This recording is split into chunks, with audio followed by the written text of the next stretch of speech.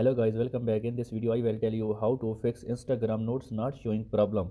Follow this step, don't skip video, solve your problem. First of all, open Play Store and search Instagram app.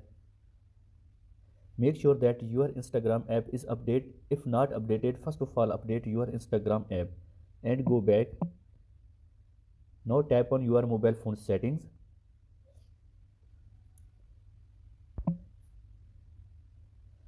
Now tap on your Instagram app and now tap on profile icon and tap on right corner three lines and tap on setting and privacy and scroll down. Now tap on creator tools and control and scroll down. Now tap on switched account. Tap on switch to business account.